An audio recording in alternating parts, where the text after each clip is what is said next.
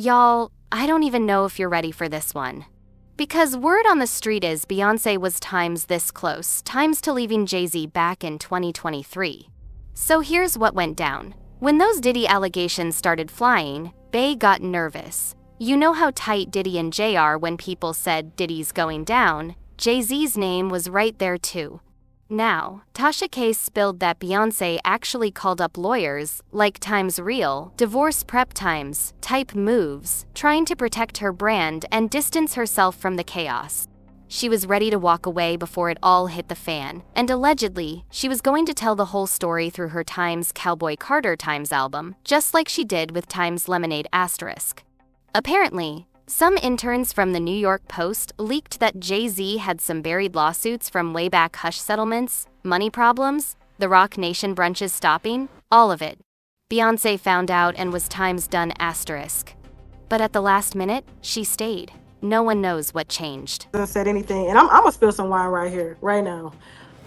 So there's some interns that work at New York Post, and they have a lot of them that come through there, and of course they're on NDAs. But there were a few interns that had contacted me at the end of 2023, going into 2024, if I'm not mistaken. This was right around the time when she was getting ready to drop Cowboy Carter, and JayZ had gotten word that, of course, all these allegations was coming up with Diddy and him being implicated in it. She had sought lawyers and was putting together a legal team to go ahead and legally separate herself, like, from JayZ, because he was having money issues after COVID. Roc Nation wasn't doing well.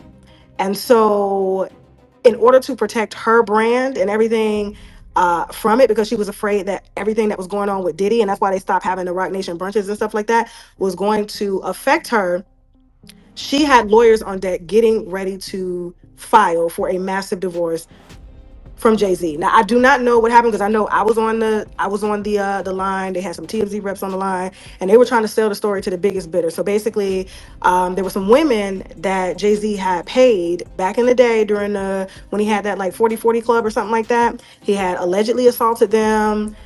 There was some allegations being made of, I don't know, sexual assault and all that stuff, and these lawsuits were paid all under the table. And apparently Beyonce allegedly did not know about all of this stuff. And so when New York Post had gotten in contact with one of the people, was Foxy Brown at the time, another was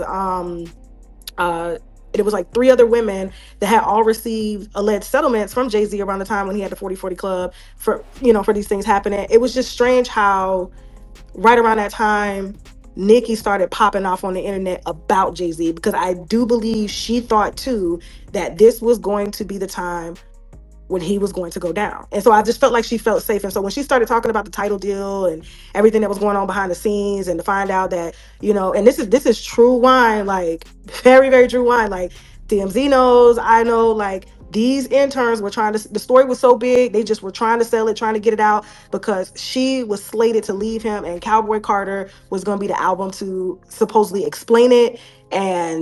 But for some reason she stayed. And so I don't think Nicki's crazy. I think, just like how we found out behind the scenes what was going on, and that's why she strategically went at JayZ the way that she did, and went at Roc Nation, because Roc Nation was so broke. So broke. You saw the video of Desiree. Desiree tried to get that video taken down off my page. She tried to get her daughter's video taken down off my page. I needed millions of dollars, millions of dollars. I had to go get millions of dollars. You know where I come from, and my business partner is a billionaire. And won't give me no money. If your business partner is a billionaire and this is your business partner, why isn't he leveraging his funds towards your business? Is it because he's out of funds, and the funds are technically Beyonce's, and that's why he's having to borrow against the house? So I just feel like it was just it wasn't coincidental that Nicki came out and started popping off on JayZ the way that she did, because when the Diddy situation kicked off, and Tony Busby had got on his ass, it was just the perfect timing to just drag him. And if I don't know if y'all can put together the timeline, but that's what had happened. Okay, so everything's alleged, even my name's alleged. But go ahead, y'all So can I take it from gotta there. Go ask, ahead. if Who's JayZ next? was really innocent, why did Beyonce almost dip before the storm? Do y'all think Tasha K's tea is real or just cap? Drop your thoughts below.